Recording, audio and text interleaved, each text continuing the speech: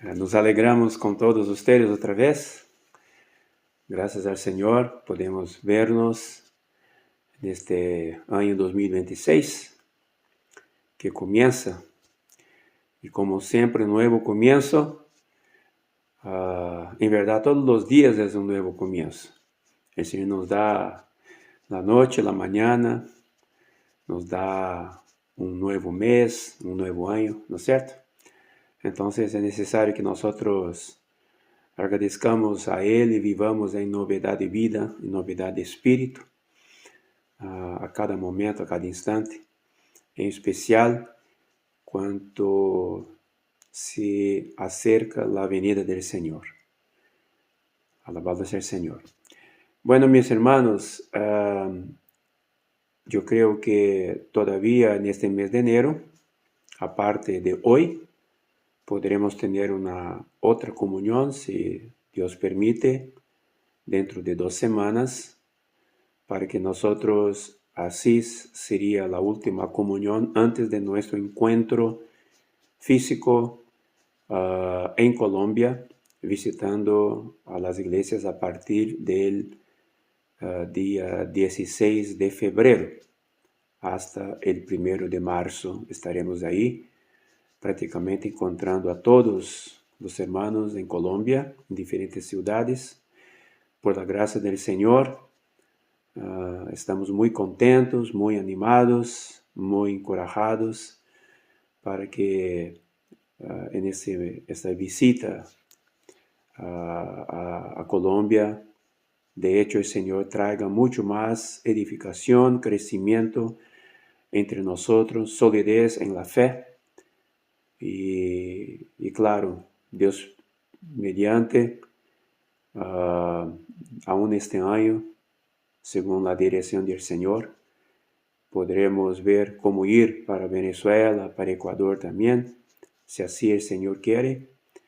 Por eso vamos a seguir orando, seguir el Espíritu, nada programado por hombres, nada programado por agenda, mas dependiendo del Señor en todo. Esta comunión de hoy, tengo la intención de concluir nuestra comunión que estamos teniendo sobre el libro de Primera de Tesalonicenses. Creo que este libro, las comuniones que hemos tenido hasta ahora, nos ha traído mucha bendición, mucha luz y también mucha aplicación práctica de la palabra. Debemos estar siempre claros, hermanos, que la palabra, eso voy a repetir siempre, si la palabra que leemos, la palabra que escuchamos, basado en la palabra de Dios, por medio de varios siervos de Dios, mas aún nosotros mismos, cuando leemos la palabra con el intuito de conocer más Cristo en ella, encontrar más la persona de Cristo en ella, esa palabra sinceramente traerá a nosotros una transformación, ¿correcto? Va a producir frutos. Eso es lo que importa. No queremos ser aquellos que leen la Biblia, conocen la doctrina, la teología y todo, y simplemente no hay ninguna transformación. O como muchos dicen, un gran cabezón, más un cuerpo raquítico. Nosotros queremos ser estos que cuando tomamos un versículo siquiera, un pequeño versículo, una palabra, una frase, esta frase pueda verdaderamente causar una reacción interna en nosotros.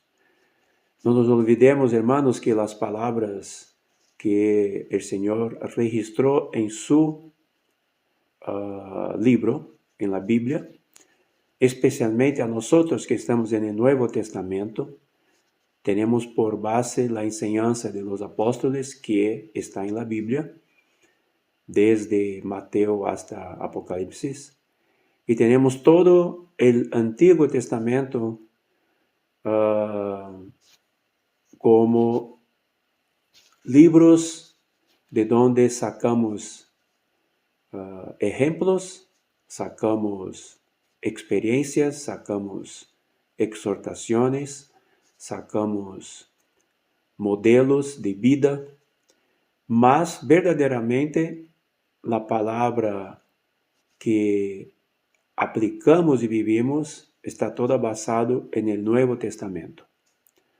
El Antiguo Testamento deve ser tomado sempre como sombra, como figura, como algo que reforça el Nuevo Testamento, la palabra de los apóstoles. ¿Comprenden?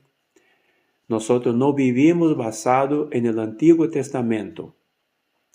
Nosotros vivimos basado en la enseñanza de los apóstoles, en las palabras dejadas a partir del Señor Jesús y de sus discípulos, después los apóstoles. Mas nosotros no menospreciamos las palabras ricas, los modelos, los ejemplos, las experiencias, los principios dejados también en el Antiguo Testamento que componen la palabra completa de Dios. Espero que con esto me explico bien, porque es muy importante. Una vez que hoy, en medio de los hijos de Dios, muchos infelizmente están viviendo, procurando vivir las prácticas del Antiguo Testamento, que Cristo en verdad ya los cumplió cuando Él vivió en esta tierra. Él vino para cumplir la ley, de acuerdo con Mateo capítulo 5, 6. Él no vino para revogarla, vino para cumplirla. Y solamente Él pudo hacerlo. Y hoy entonces toda la realidad del Antiguo Testamento, de las palabras dejadas en el Antiguo Testamento, de Génesis a Malaquías, que en verdad todo habla a respecto de Cristo, ¿no es cierto? Todo habla a respecto de Cristo, todo apunta para Cristo. Por eso es que cuando leemos el Antiguo Testamento, encontramos muchas cosas, muchas referencias bajo la revelación de Dios que se refiere a Cristo, sea en sombra, sea en figura, sea de manera un poco más explícita, como está en Isaías capítulo 11, como está en Salmo 53, que apunta claramente con respecto a Cristo. Isaías 9, cuando habla del príncipe de paz, Dios de la eternidad, del hijo que nacería, ¿entiende? Todo apunta para Cristo. Entonces, en verdad, hermanos, nosotros encontramos Cristo en toda la Biblia. Eso es lo más importante. Y nuestro centro es Cristo. Nuestro vivir hoy es Cristo. En la vida de la iglesia que estamos hoy, la iglesia como su cuerpo tiene como centro a Cristo como su cabeza. Y nuestro vivir también debe expresar solamente Cristo. En todos los aspectos prácticos de nuestro vivir, todos deben ver Cristo en nosotros. ¿Por qué yo abro esta palabra de hoy de esta manera? Porque vamos a ver varios versículos en la Biblia, especialmente ahora cuando concluimos el libro de Tesalonicenses, que el siervo de Dios Pablo, con Timoteo y con Silvano, con Silas, ellos tocan en puntos muy prácticos de nuestro vivir humano. Y esto es lo que me toca mucho, y me ha tocado mucho en estos últimos tiempos, es que la palabra de Dios, muchas veces, a lo largo de nuestros años de vida de iglesia, en la presencia del Señor, años de vida cristiana, muchas veces estábamos como que muy aficionados en grandes revelaciones, grandes interpretaciones, grandes frases o conceptos doctrinales enseñados con nivel aparentemente elevado de gramática, de expresión. Voy a dar un ejemplo a ustedes. Deus triuno, processado, consumado, ¿no es cierto? La consumación última y máxima de Dios triuno. Son palabras bonitas, son palabras que pueden describir, sí, teológicamente algo importante. Mas la cuestión es, ¿cuánto esas cosas pueden cambiar la vida de alguien? ¿Cuánto de luz puede traer en la vida de una persona que hoy debe vivir Cristo? ¿Comprenden? La palabra por sí sola, ella ya es suficiente, porque si nosotros leemos todos los versículos en la Biblia y cada cosa que es hablada allá, nosotros la vivimos, es lo que importa. La cuestión es que leemos y no vivimos. Leemos y no aplicamos. A veces usamos también como apenas como una palabra bonita, ¿no es cierto? Y nosotros no entramos en la aplicación, tomarla para nuestro vivir. Por lo tanto, agradecemos al Señor porque en todas las epístolas, las cartas de los apóstoles, aún en el mismo Evangelio de Mateo a Juan, cuando escribe la vida personal de Cristo, nosotros vemos los atributos divinos de quien es del alto, quien vino de arriba, siendo expresados en el vivir humano de Jesús como Dios en carne.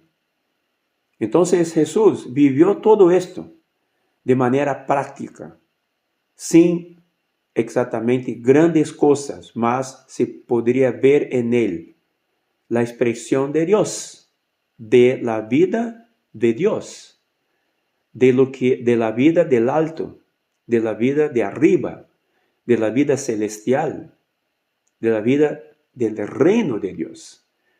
Y esto es lo que debe se expresar hoy en nuestro vivir personal como personas de arriba que somos, como hijos de luz, como hablamos en la comunión anterior, como hijos del día, como hijos del Dios Altísimo. Entonces, se espera ver en nosotros características de este vivir. Si usted toma el ejemplo de un miembro de una familia real, pongamos ahí la familia, no importa el ejemplo que tú uses, familia real británica, familia real española, familia real de Suecia, no importa. Todos que viven en son miembros de una familia real, ellos tienen una conducta de acuerdo con su condición real que tienen. Por eso que hay algunos hijos de miembros de familia real que quieren vivir como un hombre común. Ahí se llama él de plebeo, ¿no es cierto? Que quiere vivir como un hombre común. Mas ele tiene muchas características que fue entrenado, fue vivido para expresar la vida de un miembro de una familia real. Mas todo esto, físicamente hablando, humanamente hablando, aún es una cosa exterior, porque al final todos son humanos, no hay sangre azul, ¿no es cierto? Como muchos dicen, la sangre de la familia real noble es azul, no existe, el sangre es rojo como todos.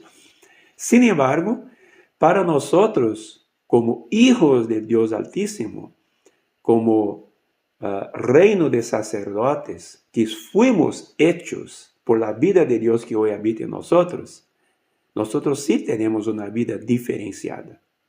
Nosotros somos humanos por un lado, aún tenemos nuestro cuerpo, mas nosotros ya somos también espirituales, porque cuando nacimos de nuevo, nacimos de arriba. Nosotros estamos regresando a nuestra origen de donde venimos, porque así como Cristo vino de arriba, Él vino a llevarnos también para arriba de donde pertenecemos hoy. Nosotros somos del alto, somos hijos del Dios Altísimo. Aunque en nosotros todavía no se manifestó lo que seremos de ser, mas nosotros seremos como Él es. Eso está en 1 de Juan, capítulo 3. Podemos abrir allá para leer. 1 de Juan, capítulo 3. Para mostrar que nosotros somos y que nosotros habremos de ser cuando Él regrese. Versículo 1 dice, mira cuál amor nos ha dado el Padre para que seamos llamados hijos de Dios. Por esto el mundo no nos conoce, porque no le conoció a Él. Amados, ahora somos hijos de Dios y aún no se ha manifestado lo que hemos de ser. ¿Por qué, hermano? Porque aún tenemos una cáscara física, humana. Quien ve a Jaime, quien ve a Rosa, quien ve a Maribel, quien ve a Edgar, quien ve a Orlando, nosotros tenemos nuestra característica humana, nosotros tenemos esta cáscara. Sin embargo, dentro, nosotros ya tenemos una nueva vida, una vida espiritual celestial del alto. Las personas no logran verlo porque está oculto. Sin embargo, a la medida que vivimos esta vida oculta en nuestro espíritu, esta vida pasa a expresarse en nuestro vivir humano que es en esa cáscara. ¿Ok? Y ahí, quien ve a nosotros va a decir, ¿qué pasa contigo? ¿Por qué tú te comportas de esta manera? La situación está tan complicada, mas en ti encuentro una paz tremenda. No es porque estamos imitando la paz, no es porque estamos nos esforzando a tener una apariencia que no es real. No, cuando vivimos Cristo, vivimos esta vida, la paz que hay va a expresarse en nuestro vivir. ¿Comprenden lo que estoy diciendo, hermanos? Que todavía no se ha manifestado lo que hemos de ser, porque está oculto. Mas a la medida que vivimos Cristo, eso se manifiesta. Podemos decir que en estos años todos en que estamos viviendo nuestra vida cristiana, vida del Hijo de Dios, sin duda, en poca o en gran manera, la expresión de la naturaleza divina en nosotros, naturaleza de Dios, existe. En algunos muchos más, en otros quizá un poco menos, mas esas características están se manifestando a la medida que esta vida es vivida. Yo tengo mucho encargo, hermanos, de tocar en esos aspectos, porque es esto que hará toda la diferencia cuando venga el Señor. El Señor no vendrá por palabras que podemos hablar. Él vendrá por nuestro vivir que estamos expresando. Entonces, aquí en el versículo 2, amados, ahora somos hijos de Dios y aún no se ha manifestado lo que hemos de ser, pero sabemos que cuando Él se manifieste, seremos semejantes a Él, porque le veremos tal como Él es. Alabado sea el Señor. Esto se puede traducir de dos maneras, pero sabemos que cuando Él se manifieste, sin duda será cuando Él vendrá en su gloria, su segunda venida. Nosotros seremos semejantes a Él. ¿Por qué? Porque esta cáscara exterior será transfigurada, ¿no es cierto? En un piscar de ojos, nosotros seremos transfigurados. Este cuerpo corruptible será transformado en un cuerpo incorruptible. O sea, lo que estaba oculto, a la vida que estaba oculta, ahora se manifestará de manera clara y pública. ¿Correcto? Es la corruptibilidad siendo puesta de lado para que la incorruptibilidad de la vida eterna que tenemos se manifieste. Y por otra manera es exactamente la transformación que estamos pasando. ¿Qué significa transformación? ¿Qué significa la salvación de nuestra alma, de quien Pedro habla, que es el fin, el objetivo final de nuestra fe? Es exactamente la transformación. Transformación significa que los elementos divinos, los elementos de esta vida eterna, están se manifestando en nuestro ser, en nuestra alma, por medio de nuestra emoción, por medio de nuestra voluntad, por medio de nuestras decisiones, nuestra mente. En estos tres aspectos del alma se manifiesta todo lo que Cristo es. Esto es transformación. Cada vez que mi emoción está llena de Cristo, más llena de Cristo, significa que la transformación está se pasando. Y esto también se traduce en conformación. La transformación finalizará en la conformación. Quien verá a nosotros, verá solamente Cristo. Eso es lo que dice aquí, que cuando Él se manifieste, seremos semejantes a Él, porque le veremos tal como Él es. Y todo aquel que tiene esta esperanza en Él, versículo 3, se purifica a sí mismo, así como Él es puro. Entonces usted ve que Juan aquí echa delante de nosotros un modelo, podemos decir así, un blanco. Él muestra, seremos semejantes a Él cuando Él se manifieste.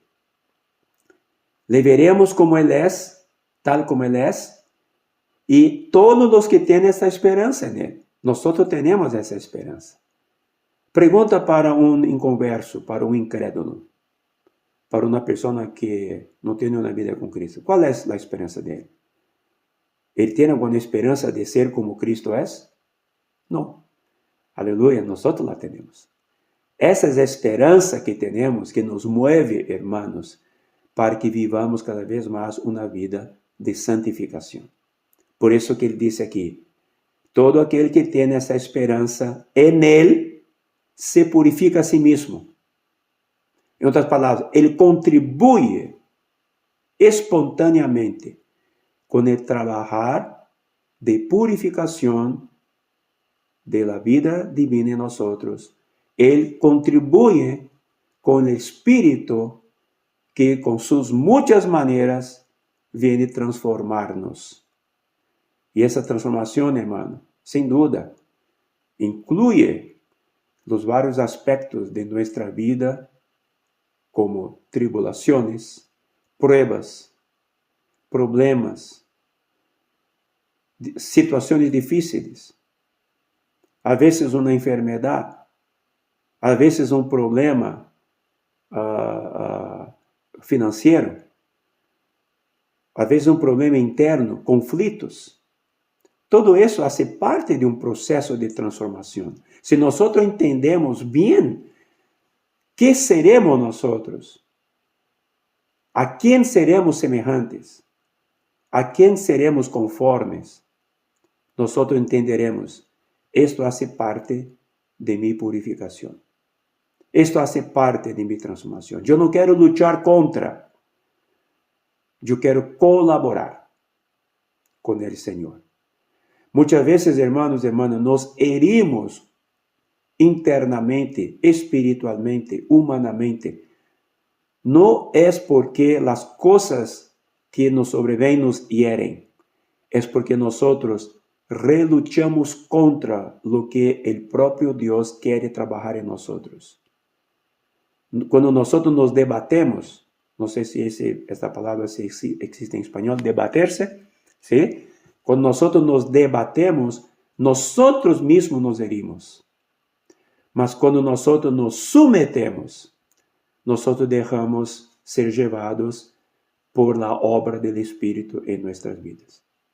Por esto, hermanos, no vale la pena debaternos, no vale la pena rechazar o intentar luchar contra. ¿Se acuerdan lo que Jesús cuando apareció para Pablo en el camino de Damasco, cuando la gran luz vino y Pablo cayó por tierra, y en ese momento él quedó ciego, y vino esta luz, y Pablo preguntó, ¿quién eres, Señor? Él reconoció que era alguna cosa sobrenatural, superior. Y Jesús dijo, yo soy Jesús a quien tú persigues. Y Jesús dijo una cosa, yo creo que ustedes pueden ayudarme. Él dijo, dura cosa es recalcitrar contra los aguijones, ¿no es eso?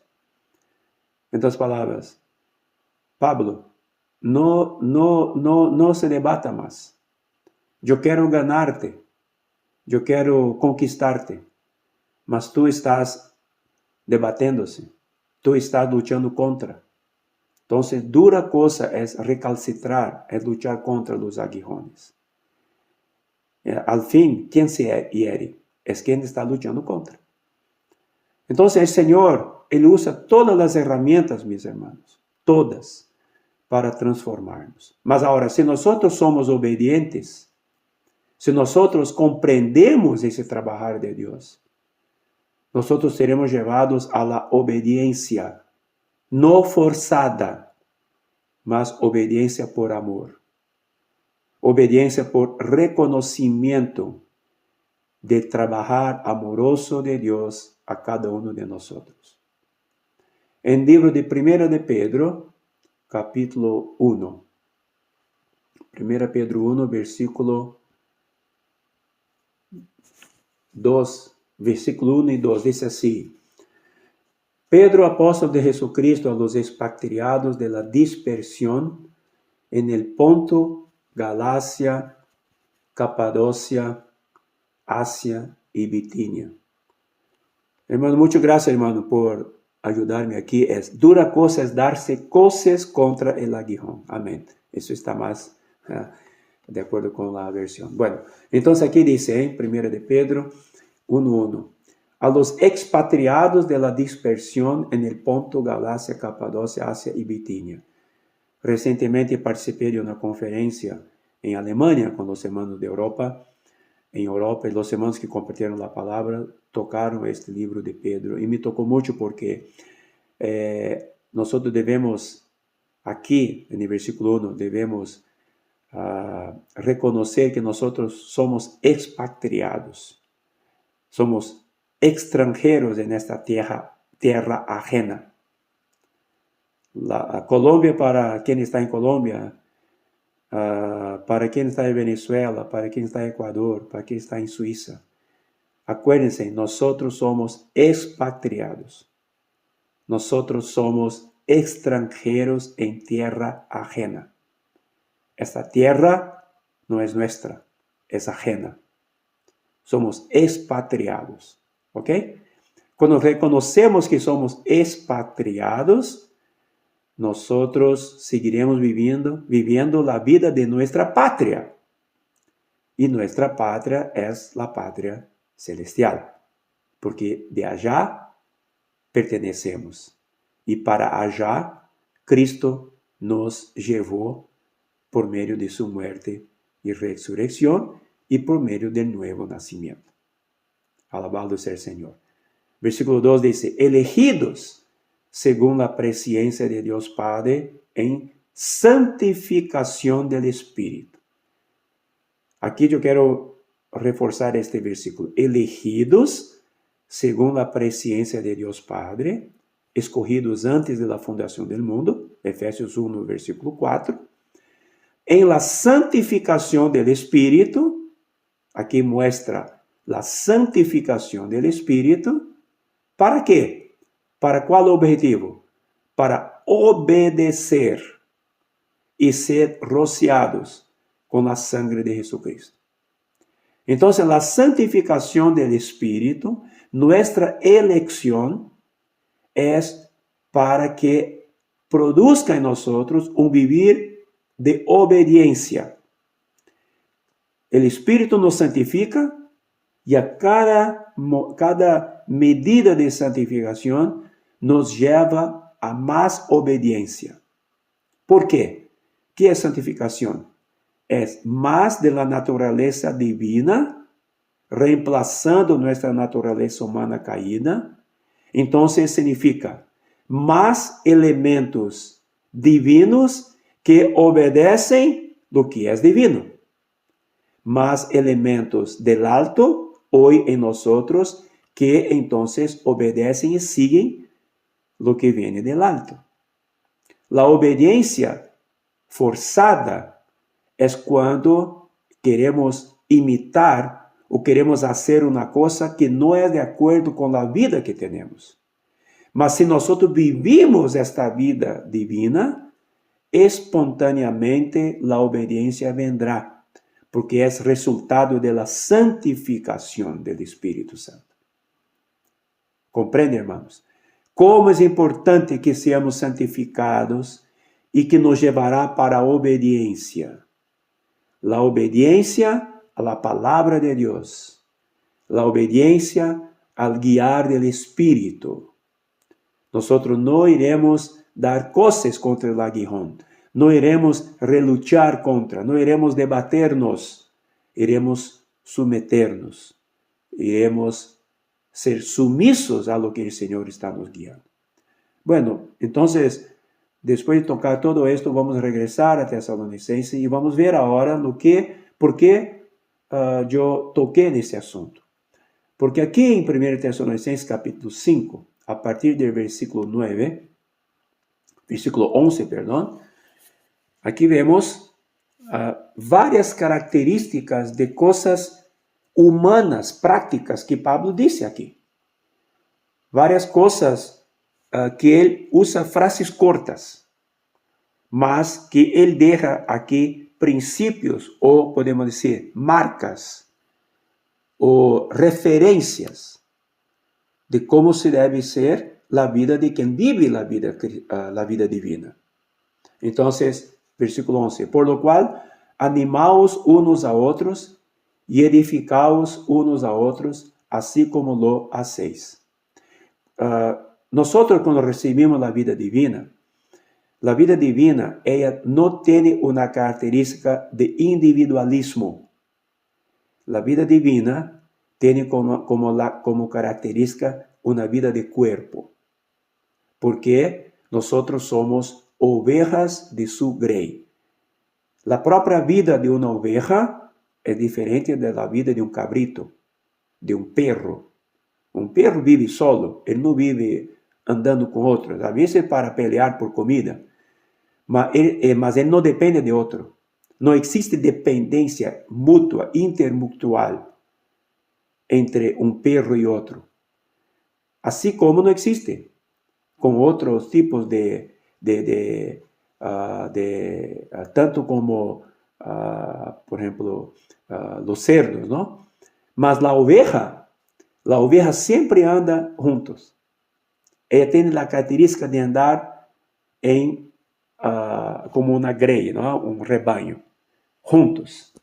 Dificilmente usted ve una oveja desgarrada. Por eso que cuando un pastor ve una oveja desgarrada, ve que él tiene algún problema, va y la busca, ¿no es cierto? Entonces, hermanos, nosotros tenemos una característica colectiva, corporativa.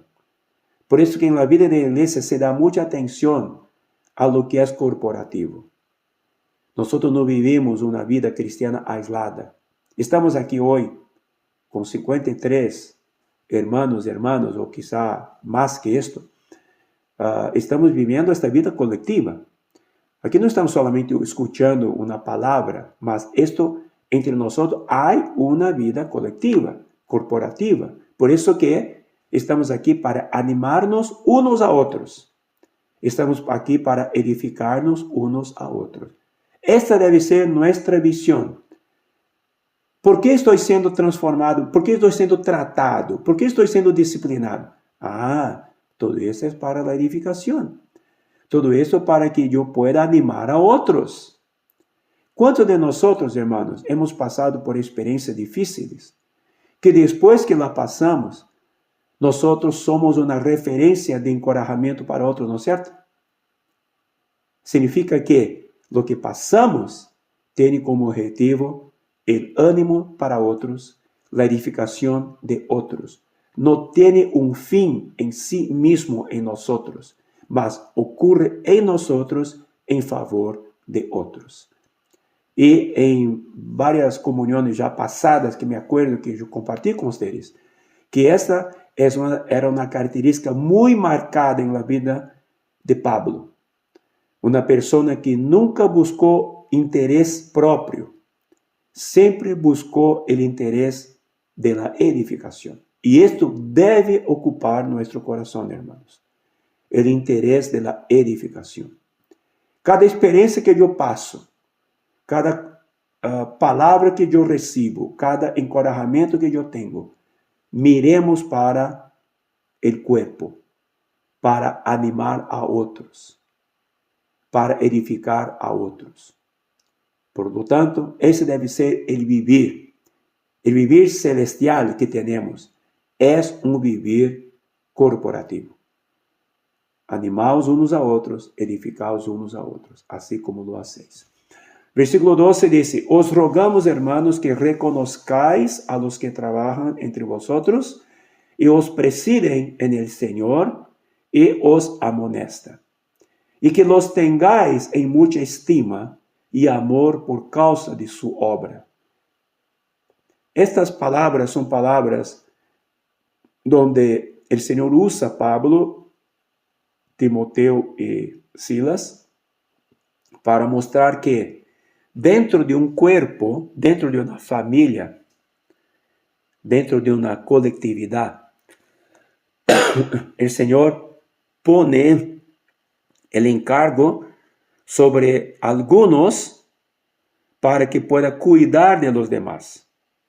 En verdad, esto es como si fuera una cadena que se repite. Estamos aquí, por ejemplo, cuidando de ustedes con la palabra. Ustedes después van a tomar esta palabra o también la palabra que el Señor da a ustedes para cuidar de otros. Entonces es una cadena, es una cosa que va en diferentes niveles. Esto se refiere a trabajar para el Señor, presidir en el Señor, amonestar unos a otros. Entonces, debemos tener siempre, hermanos, este reconocimiento, no reemplazamiento, no sustitución, mas reconocimiento. Cuando el problema hoy entre los hijos de Dios es que cuando uno recibe ayuda de otro, de una persona, él entonces toma a esta persona como si, ahora todo lo que esa persona habla voy a seguir. Y reemplaza a esa persona, reemplaza a Cristo por esa persona. Y aquí está el problema. No, nadie puede reemplazar a Cristo. No importa el tipo de ayuda que usted recibió, la persona que siempre cuidó de ti, siempre te amonestó, te exhortó, te ayudó. Amén. Reconocerlo, no hay problema. Mas usted no debe un seguimiento ciego para decir, bueno, ahora, no, nadie puede reemplazar a Cristo en nuestras vidas, hermano.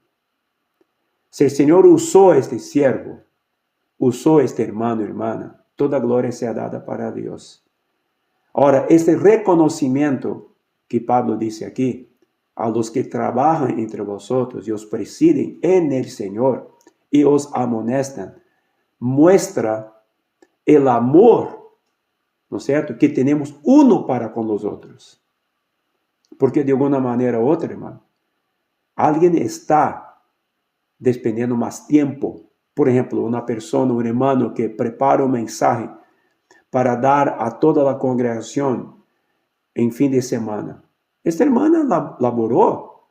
Este hermano tuvo tiempo ahí para preparar la palabra, orar, e entregarse al Señor. Él usó su tiempo en favor y beneficio de todos. Cuando un hermano sale para visitar hermanos en las familias, diferentes lugares, está pagando un precio. Está trabajando para el Señor. No es una obligación. No, no se debe decir es una obligación que este hermano tiene para conmigo. No, hermanos. Por un lado, sí, debemos el amor. Romanos 13 dice que a todos debemos, lo que debemos deber es el amor. La única deuda que debemos tener uno para otro es el amor. Sí, el amor estaremos siempre ejercitando. Entonces, a la medida que ejercitamos esto, debemos aprender a reconocer a los hermanos que trabajan entre nosotros, nos presiden, o sea, nos guían en el Señor, nos amonestan, nos exhortan. Y versículo 13, que lo tengáis en mucha estima y amor por causa de su obra. ¿No? Entonces, mas no es para exaltar a estas personas como personas especiales, no. Ahí está el gran error hoy que se comete en medio de los hijos de Dios. No, la única persona a exaltar es Cristo. Estos versículos tienen sus versículos gemelos. Vamos a leer en Hebreos. Hebreos capítulo 13. Versículo 7. Aquí en la versión Reina Valera, la traducción no está buena, porque aquí Hebreos 13, 7 dice, acordaos de vuestros pastores que os hablaron la palabra de Dios. Considerad cuál haya sido el resultado de su conducta e imitad su fe. Esta palabra, vuestros pastores aquí en griego no significa directamente pastor, mas guía. Guía significa referencia. Un guía es una referencia. Por ejemplo, un guía de turismo, él es la referencia. A donde él va, todos siguen. A donde él indica, todos siguen. Es una referencia. Entonces, acordaos de vuestros guías, aquellos que pasan a ser una referencia, porque ellos, Pablo dijo, ¿no? Imitad a mí como yo imito a Cristo.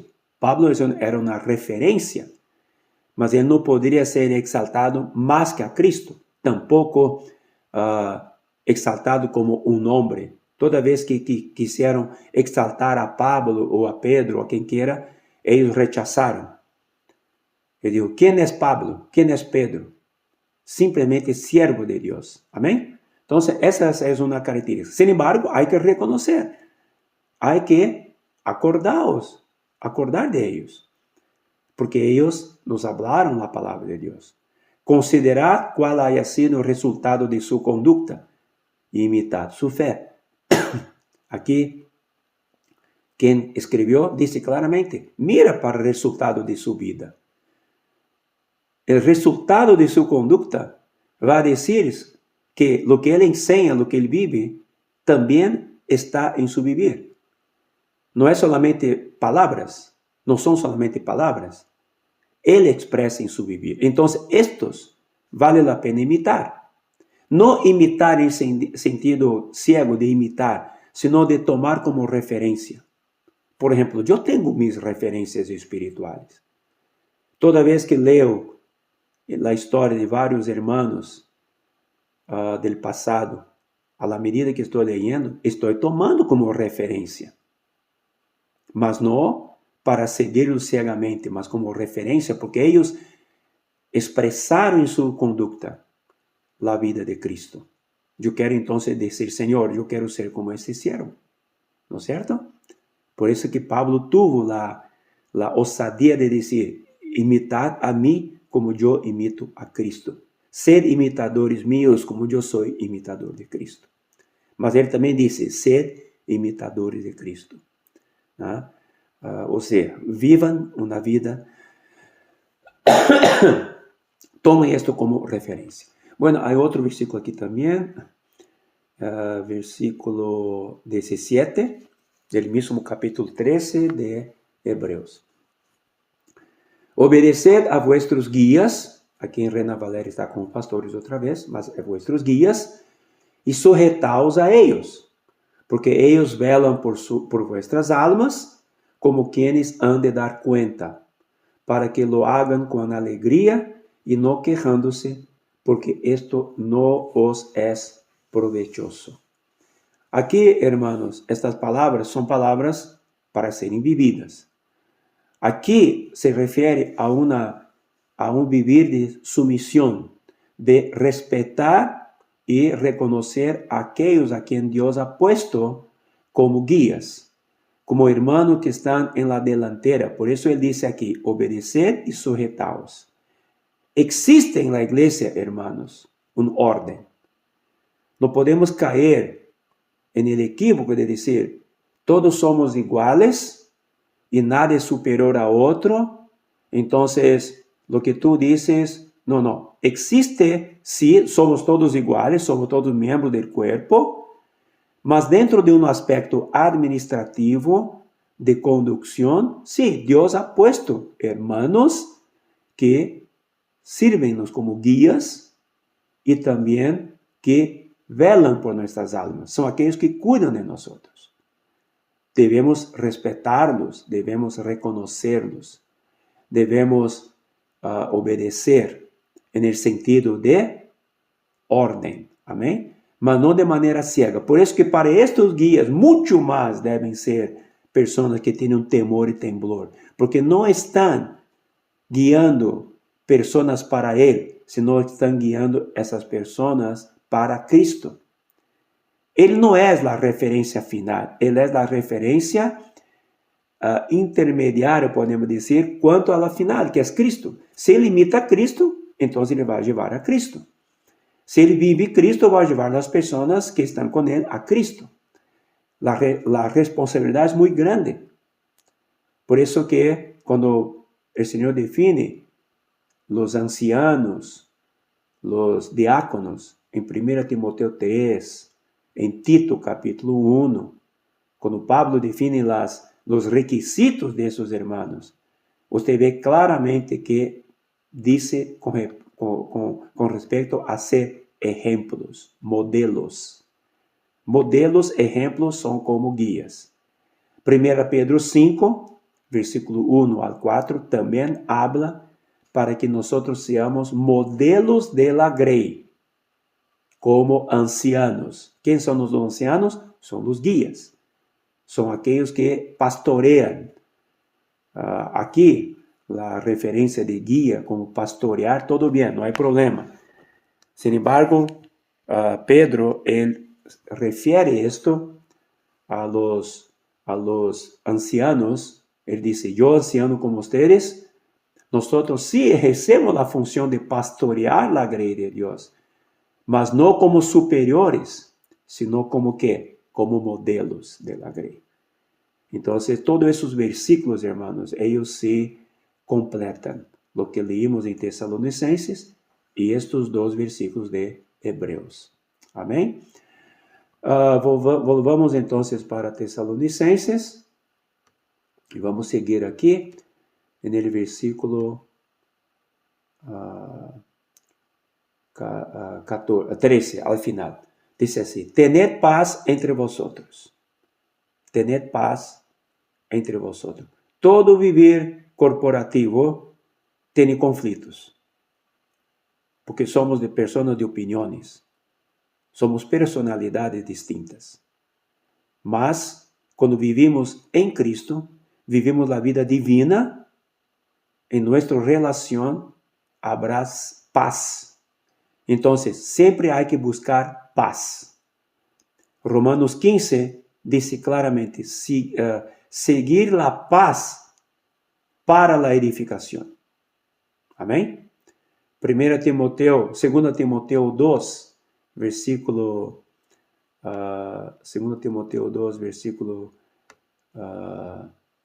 22 dice, huye también de las pasiones juveniles y sigue la justicia, la fe, el amor y la paz con los que de corazón limpio invocan al Señor. Entonces, hermanos, vivir la vida de la iglesia corporativa en la edificación, cuando vivimos por la vida divina, nosotros siempre tendremos paz. La paz es una característica del Espíritu. Dentro del fruto del Espíritu en Gálatas 5, la paz está ahí. En Efesios 2 dice, Cristo es nuestra paz. Entonces, si estamos en Cristo, habrá siempre paz. Amén. Toda vez que hay conflicto, paren todo. Si hay conflicto, pare todo. Porque no es característica de la vida divina que está siendo vivida. Pare, arrepiéntase, vuelva al Señor y busque la paz. Toda vez que va a tratar de relacionarse con un hermano. Y esto empieza en la familia, ¿eh? Porque la esposa es hermana, el hijo es hermano, la hija es hermana, el papá es hermano. Entonces, la paz comienza ¿dónde? En la casa, en la familia. Después, dentro del círculo poco más íntimo, poco más amplio. La paz es característica de una vida de iglesia llena del Espíritu, gobernada por la vida divina. Amém? Romanos 14, 17, quando habla respecto al reino de Deus. ¿No es cierto? Romanos 14, 17. ¿Qué dice aquí? Un versículo que todos conocemos, incluso hay un himno que cantamos. Aquí dice, versículo 17.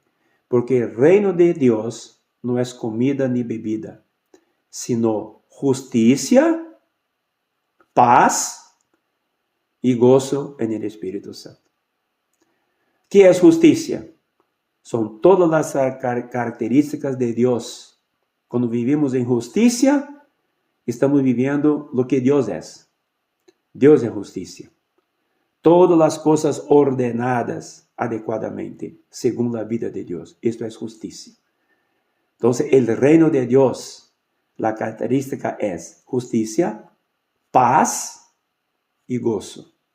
Si en la vida de iglesia que vivimos con los hermanos no hay más gozo, hay algún problema. Si no hay paz, hay problema. Si no hay justicia, hay problema. Entonces significa que el reino de Dios no está siendo expreso. Ahí no está siendo expreso el reino de Dios.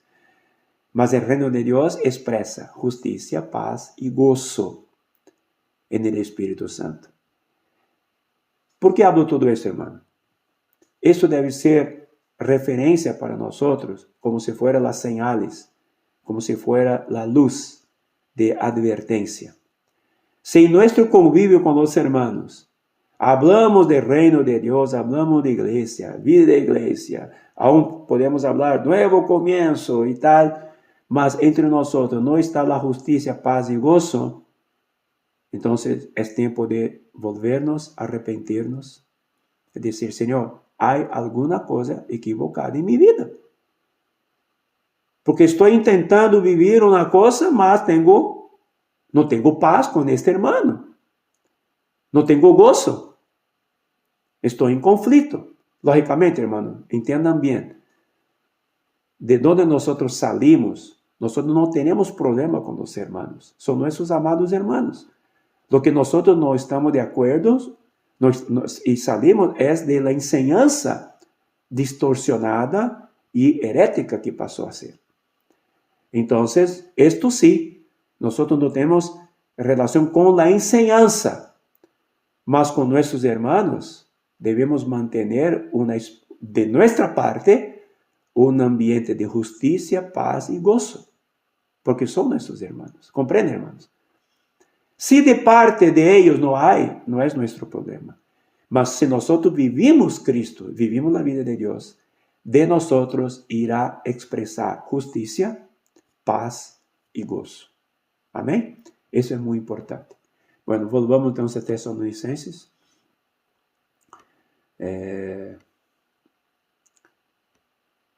Ahí versículo 14. Aquí también totalmente relación corporativa. También os rogamos, hermanos, que amonestéis a los ociosos. ¿Quién son los ociosos? Los perezosos. O los que nada tienen, no tienen tarea. Están ociosos, están perdendo su tiempo, no ocupan su tiempo. ¿Qué Pablo dice aquí? Amonestar. Amonestar no es condenar. Amonestar es en amor. Amén. Debemos amonestar siempre. Hermano, todo esto viene de una vida, de la vida divina, que es llena de amor.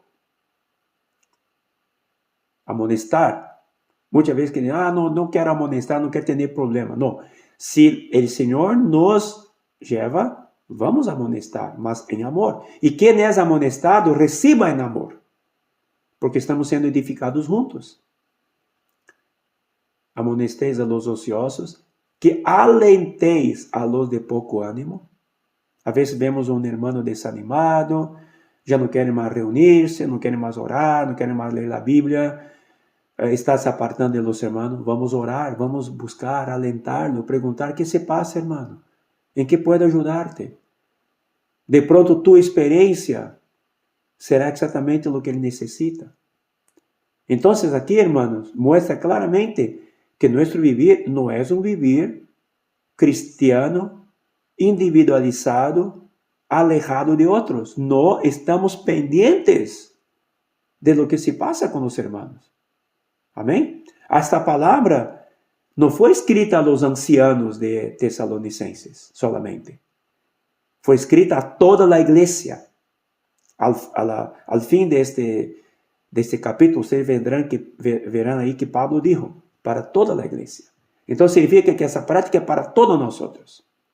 No solamente para los hermanos que están en la delantera. No, se refiere principalmente, sí, claro, a ellos, como ejemplos, como modelos de la grey, mas todos nosotros debemos tomar esto para nosotros. Entonces, hermanos, nosotros debemos estar pendientes en amor, preocupados con la situación de los hermanos. Amonestar a los ociosos, alentar a los de poco ánimo, sostengáis a los débiles. Aleluya. En la iglesia hay lugar para los débiles. Amén. No hay solamente lugar para fuertes. Si hay fuertes, es para que sostengan los débiles. Para que los débiles sean fuertes. Y cuando ellos son fuertes, pueden sostener a los otros débiles que vendrán. Porque siempre habrá débiles. Infelizmente, a lo largo de los años que vivimos en el pasado, fuimos como que conducidos a un tipo de, aquí solo hay fuertes, no hay débiles. O los débiles o aquellos que no se encajan dentro de este tipo de obra, recházalo. Bueno, puede ser para la obra humana, para la obra de un sistema, sin duda, esto, mas la verdadera vida de iglesia no rechaza a nadie. En la verdadera vida de la iglesia, de acuerdo con la vida divina, en el reino de Dios, hay lugar para los débiles y hay lugar para quien sostiene los débiles. Amén. Amarlos. Que seáis pacientes para con todos. Ahí son todos, ¿no? Ustedes deben ser pacientes conmigo, yo paciente con ustedes, pacientes unos con otros. La paciencia es también un punto, es un aspecto del fruto del Espíritu. Aleluya, hermanos. Paciencia, longanimidad. ¿Eso es para qué? Para que simplemente leamos, no, para ser vivido. Y cuando vivimos esto, manifestamos ¿qué? Manifestamos Cristo. Entonces podemos decir, aleluya, en mi vivir, Cristo se manifiesta, esta vida se manifiesta, estoy viviendo el reino de Dios. 15. Mirad que ninguno pague a otro mal por mal.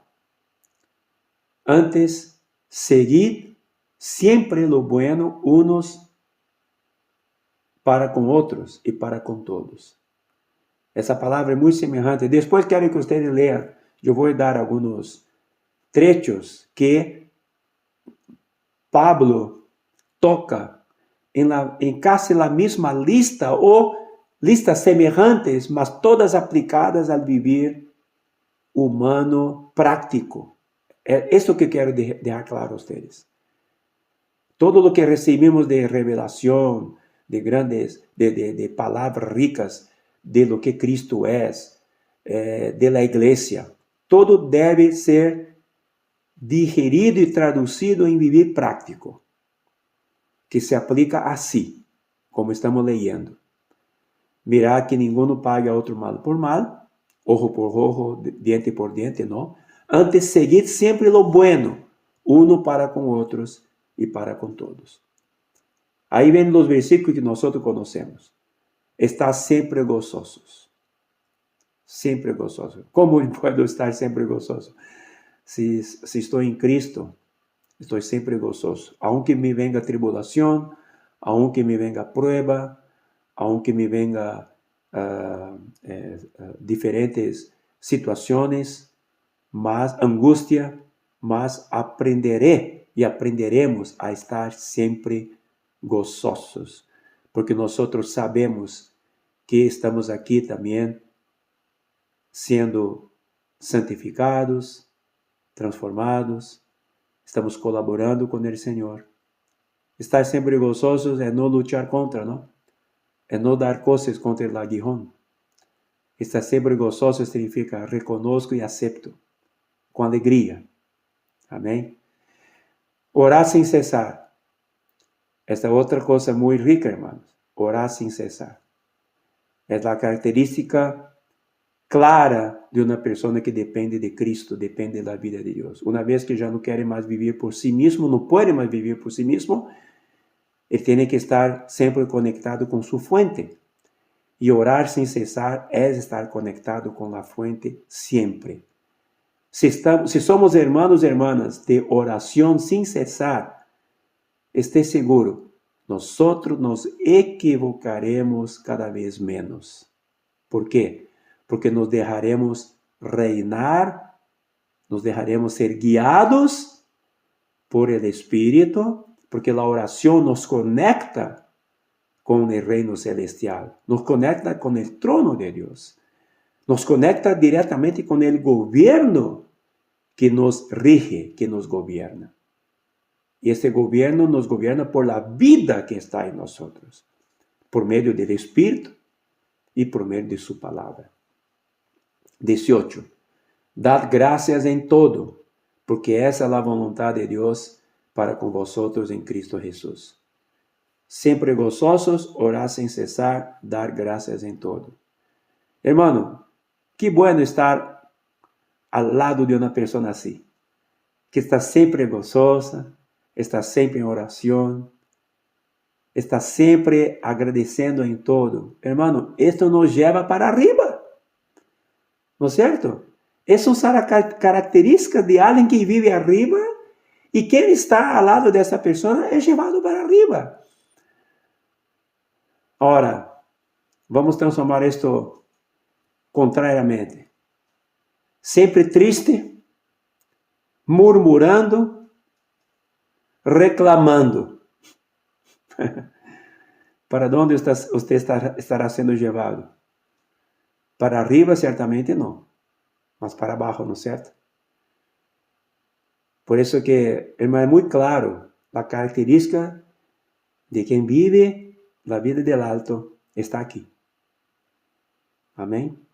Versículo 19. Não apagueis al Espírito. Isso é muito importante. Hoje temos o Espírito que habita em nós. Não apagueis o Espírito. Não entristezcais o Espírito, como diz Efésios capítulo 4, versículo 29. Não entristezcais o Espírito. Não apagueis al Espírito. Porque o Espírito é a fuente de donde nós vivimos hoje. Todo que é divino celestial vem por el Espírito. Se apagamos o Espírito, apagamos a fuente. Não apagueis o Espírito significa não rechace o Espírito. No ponga el Espíritu al lado. El Espíritu es de donde todo viene y es donde nosotros debemos vivir. No menospreciéis las profecías, o sea, la palabra de Dios. Aquí no dice respecto a las profecías de previsiones. Así dice el Señor, pasar. No. Las profecías aquí se refiere al hablar del Señor. No menospreciéis las profecías. Sin embargo, examinarlo todo, retener lo bueno. Amén. No hay ningún siervo de Dios que cuando hable, porque nosotros todavía somos carne, somos hombres, no hay ningún siervo de Dios que en todo su hablar nunca se equivoca. Yo mismo me equivoqué y me equivoco. A veces usando un versículo equivocado, un ejemplo mal puesto.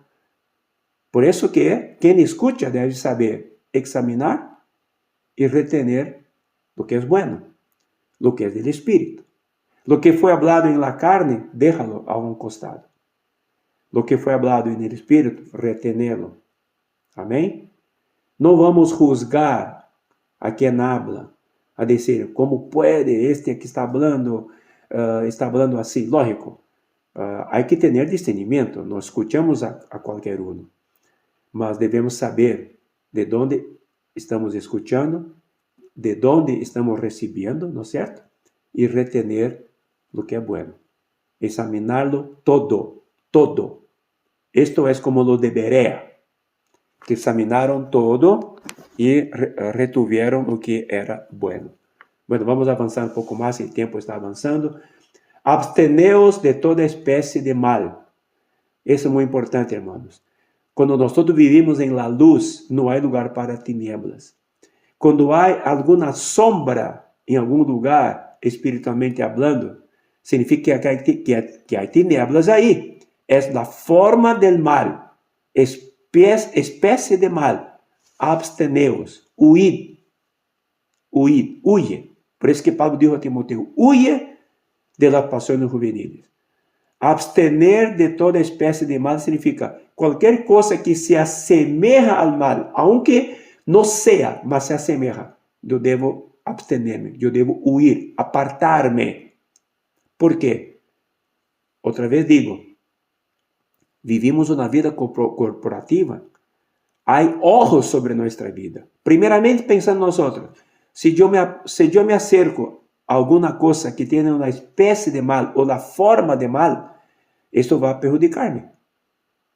¿No es cierto? Y también si perjudica a mí, va a perjudicar a quien está a mi lado, a mis hermanos, a mi familia. Entonces vamos a abstenernos de toda especie de mal. Y este versículo 23, 24, es un versículo que concluye, ¿no es cierto? Y dice, y el mismo Dios de paz os santifique por completo. Ese es el proceso en lo cual estamos pasando hoy. La santificación por completo. ¿Quién hará ese trabajo? Es el Dios de paz. ¿Quién colaborará con este trabajo de santificación? Nosotros mismos. Por eso en Juan dice, el que tiene esa esperanza se purifica a sí mismo, como él es puro. ¿No es cierto? Entonces, nosotros buscamos la purificación, la santificación. Nosotros seguimos la santificación, como dice en Hebreos 12, porque sin la santificación nadie verá el Señor. Entonces, nosotros seguimos la santificación, seguimos la paz. Nosotros permitimos que ese Dios de paz nos santifique por completo. El Espíritu ya está santificado. El cuerpo, él también está siendo santificado a la medida que el alma es santificada. Por eso que Romanos capítulo 8, versículo 11 dice que nuestro cuerpo mortal también será vida por causa del Espíritu que habita en nosotros. Entonces, cuando vivo en el Espíritu, aún mi cuerpo mortal será vida, o sea, será santificado. Lo que nosotros practicamos, nuestros miembros, el miembro de nuestro cuerpo a la medida que nuestra alma es santificada, también no pecarán más. Romanos 6 dice muy claro que nuestros miembros, antes miembros del pecado, de la iniquidad, ahora son miembros de la justicia. Claramente nuestro cuerpo también será santificado. Entonces, Dios quiere este proceso completo. Espíritu, alma y cuerpo. Transformación, conformación, purificación, ¿no es cierto? Es la vida ocupando cada vez más cada parte de nuestro ser. El mismo Dios de paz os santifique por completo y todo vuestro ser, espíritu, alma y cuerpo sea guardado irreprensible para la venida de nuestro Señor Jesucristo. Este es el objetivo final. Estar irreprensible. Irreprensible significa sin mancha, sin tacha, sin arruga. Irreprensible. Esta es la iglesia gloriosa que Pablo habló en Efesios 5. Que Cristo, por medio de su palabra, santifica a su iglesia. ¿Para qué? Para presentarla iglesia gloriosa, santa, sin mancha, sin defecto, sin arruga. Isto es la irreprensibilidad. Significa todo nuestro ser está sendo guardado, está sendo llevado para este punto. ¿Cuándo? En la venida de nuestro Señor Jesucristo. Alabado sea el Señor. Ese es nuestro objetivo. Y versículo 24 nos anima. Fiel es el que os llama. Aleluya. Dios es fiel. Dios nos llamó, Deus completará esta obra. Vamos ser sábios, vamos colaborar com Ele, não é certo? Vamos ser sábios, vamos redimir o tempo, vamos remir o tempo, ahorrar o tempo, ganar tempo, porque os dias são malos. Efésios 5. Fiel es Ele que os llama.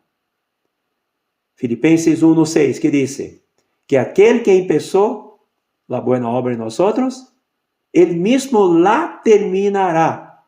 ¿No es cierto? Para el día del Señor. Entonces, fiel es el que os llama. El Señor siempre será fiel. Nosotros que somos infieles. Él hará su obra. Nosotros que le molestamos, le impedimos que haga.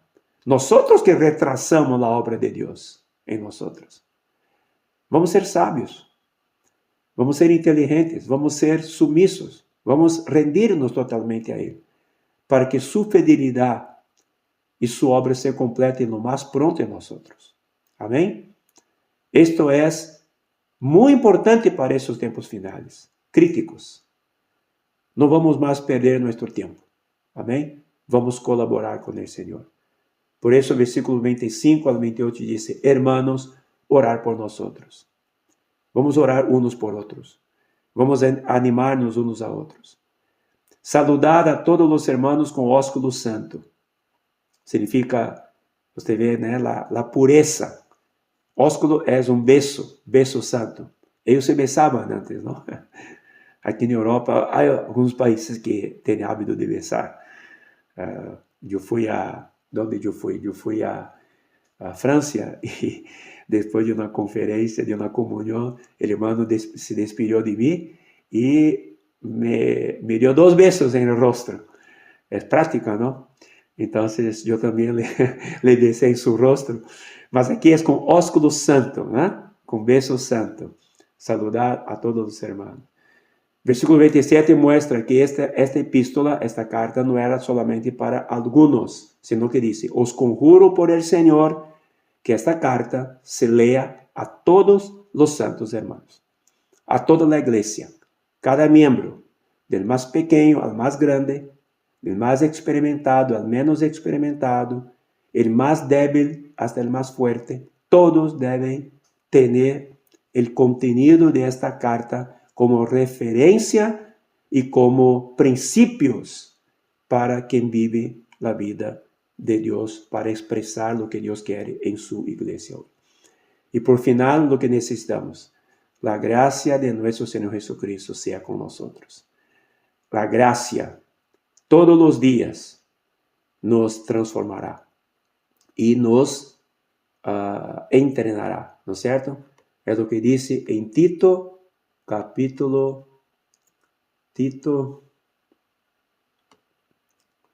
2, creo.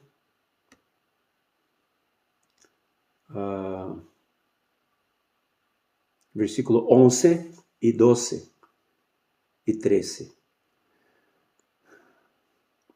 Cuando Pablo dice ali que la gracia de Dios, que Cristo, Señor Jesucristo sea con nosotros, aquí está, versículo Tito 2:11. Porque la gracia de Dios se ha manifestado para salvación a todos los hombres. La gracia nos lleva para la salvación, amén. Enseñándonos o entrenándonos que, renunciando a la impiedad y a los deseos mundanos, vivamos en este siglo sobria, justa y piadosamente. Todo esto por medio de qué? Por la gracia de Dios que nos enseña, por la gracia de Dios que nos entrena. Y esto nos lleva a qué? A renunciar a la impiedad, a los deseos mundanos, viviendo en este siglo sobria, justa y piadosamente, aguardando la esperanza bienaventurada y la manifestación gloriosa de nuestro gran Dios y Salvador Jesucristo, quien se dio a sí mismo por nosotros para redimirnos de toda iniquidad y purificar para sí un pueblo propio, celoso de buenas obras. Esto habla y exhorta y reprende con toda autoridad. Nadie te menosprecie.